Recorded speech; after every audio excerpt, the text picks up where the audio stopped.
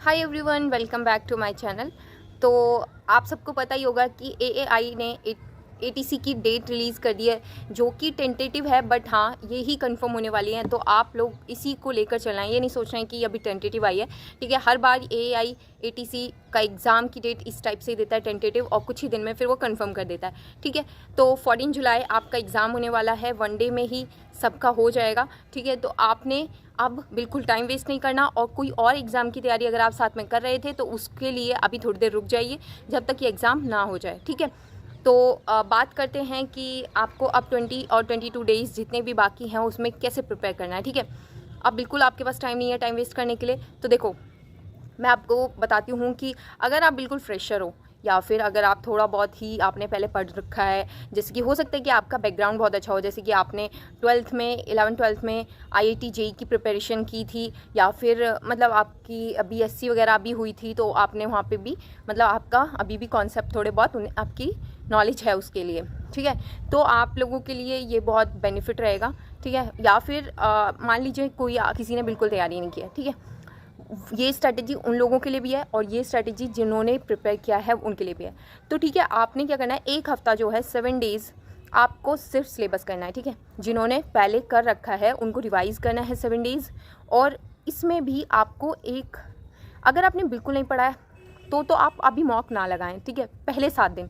लेकिन अगर आपने पढ़ रखा है तो आप मॉक डेली लगाइए। डेली का मतलब कि एक दिन मॉक दीजिए, एक दिन एनालाइज करिए। ठीक है, क्योंकि अगर आप एनालाइज नहीं करते हैं और दूसरे मॉक पर स्विच कर लेते हैं तो उसका कोई बेनिफिट नहीं मिलने वाला है आपको। तो ये नहीं कहना है कि हाँ मतलब मैंने मॉक तो लगाए थे।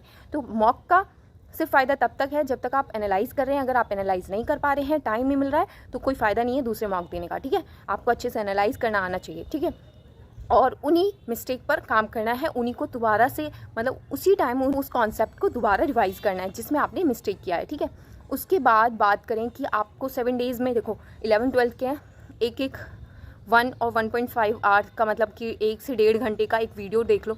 आप नीट के लिए किसी ने पढ़ा रखा है यूट्यूब पे, वन शॉट ले रखे हो फिज़िक्स के, क्योंकि फ़िज़िक्स तो मैं कवर नहीं कर रही हूँ, और वो सब कर लो 1-1.5 घंटा हर वीडियो के लिए। तो आप 1-2 मतलब देखो, एक दिन में आप 2-3 लेक्चर देख सकते हो। ठीक है, और सिमिलरली आप 2-3 लेक्चर मैथ्स के देख सकते हो। ठीक है, तो ये आपके लिए, फिर उसके बाद आपको कम से कम अभी 7 दिन फोकस करना है सिर्फ अपने सिलेबस करने पर, और वहाँ पर उसके बाद सीधा पीवाईक्यू पर जंप करना है। मॉक की ज़रूरत नहीं है। ठीक है, उसके बाद जो आपके पास डेज बचेंगे उसमें हर दिन मॉक लगा के अगले दिन एनालाइज करना है, और फिर रिवाइज करते रहना कॉन्सेप्ट को। बात करें ये टेक पोर्शन की। ठीक है, और नॉन टेक के लिए आपको क्या करना है, मान लीजिए आपने कोई एग्जाम के लिए प्रिपेयर नहीं किया, आपने सीजीएल वगैरह या फिर कोई और एग्जाम के लिए किया है, तो आपके लिए वेल एंड गुड है, आपको ज़रूरत ही नहीं है। ठीक है, जीएस तो सबके लिए अनप्रेडिक्टेबल है। ठीक है, अगर आपने नहीं किया है मान लीजिए, तो आप 1-2 शॉर्ट रीजनिंग के देख लीजिए, उससे ज़्यादा आपको ज़रूरत नहीं पड़ेगी। रीजनिंग बहुत ईजी आती है और आप बहुत ईजिली सॉल्व भी कर सकते हैं। ठीक है, तो आप रीजनिंग तो कर लोगे। मैथ्स की बात करते हैं,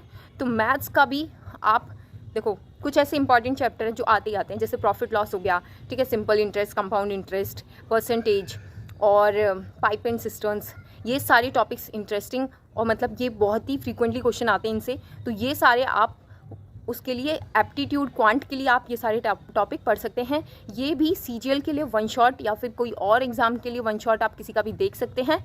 ठीक है, और उसके बाद उसी टाइप के पीवाईक्यू सॉल्व करिए। तो यहाँ से आपको पता चल जाएगा कि आप उन क्वेश्चंस को सॉल्व कर पा रहे हैं या नहीं कर पा रहे हैं। ठीक है, और बाकी अब बात करें इंग्लिश की, तो इंग्लिश में आपको सिर्फ, मैंने पहले भी बताया था, इंग्लिश में आप रानी मैम का चैनल फॉलो कर सकते हैं।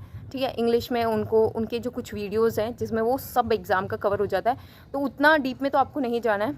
ठीक है, तो जैसे कि बेसिक रूल्स ऑफ ग्रामर, जैसे एक आध वीडियो वन शॉट अगर कुछ रहेगा तो मैं आपको इंपॉर्टेंट वीडियो का लिंक आपको डिस्क्रिप्शन में डाल दूंगी। ठीक है, आप वहाँ से पढ़ सकते हैं। नहीं तो अभी आपके पास टाइम है, रानी मैम के 60 रूल्स ऑफ ग्रामर की एक प्लेलिस्ट पड़ी हुई है। ठीक है, वो आप देख सकते हैं।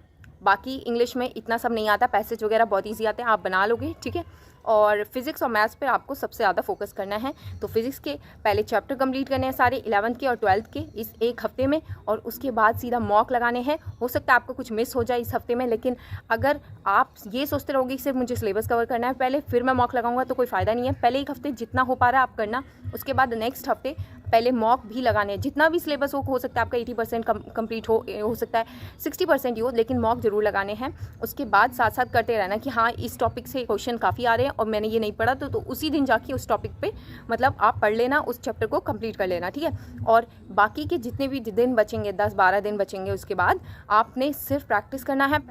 सिर्फ प्रैक्टिस करके आपको पता चलेगा आपकी वीकनेस। और जीएस पोर्शन की अगर मैं बात करूं, क्वांट हो गया, रीजनिंग हो गया, इंग्लिश हो गया, ठीक है। और बात करते हैं जीएस पोर्शन की। अगर आपने जीएस बिल्कुल नहीं पढ़ा है तो आप 1-2 वीडियो देख सकते हो, वैसे उसका भी इतना आपको बेनिफिट नहीं मिलेगा, क्योंकि इसलिए जीएस पे इतना एम्फोसाइज मत करिए, ठीक है। थोड़ा बहुत जैसे कि आर्टिकल पढ़ लेना पॉलिटी के, है ना, वो सब पूछ लेता है, तो ऐसी कुछ चीज़ें हैं जो पूछता है, तो आर्टिकल ज़रूर पढ़ लेना पॉलिटी के। और देखो करंट अफेयर पूछेगा तो कुछ प्रेडिक्टेबल तो है नहीं, इतना सारा करंट अफेयर रिवाइज करने से अच्छा, अभी टाइम भी नहीं है, इससे अच्छा तो आप अपना वो टाइम कहीं और दें। तो ठीक है, टेक पोर्शन अपना इतना स्ट्रॉन्ग करना है कि आपको अगर थोड़ा बहुत छोड़ना भी पड़े जीएस में तो आप वो स्किप कर पाए, ठीक है। Okay, that's all. बाकी आपको जो भी हेल्प चाहिए मैं अपने टेलीग्राम चैनल पर वो सब शेयर करते रहूँगी। और बाकी बात करते हैं मैथ्स पोर्शन की। 12th और 11th की मैथ्स के मैं डिफरेंट चैप्टर यहाँ पे कवर कर रही हूँ मैं अपने वीडियोस में, जो मैंने बोला था कि मैं पूरे कंप्लीट कराने वाली हूँ। तो अब वो रेगुलर आएंगे वीडियोज़, और उसमें आपको मैं उसमें PYQ सॉल्व कराती हूँ, ठीक है। बेसिक कॉन्सेप्ट बता के PYQ सॉल्व कराती हूँ, तो मैथ्स आपकी यहाँ से कवर हो जाएगी। मैथ्स की टेंशन आपको नहीं लेनी है। बाकी आप मेरा टेलीग्राम चैनल ज्वाइन कर लेना, मैं डिस्क्रिप्शन में उसकी लिंक डाल दूँगी। Okay, bye bye, thank you.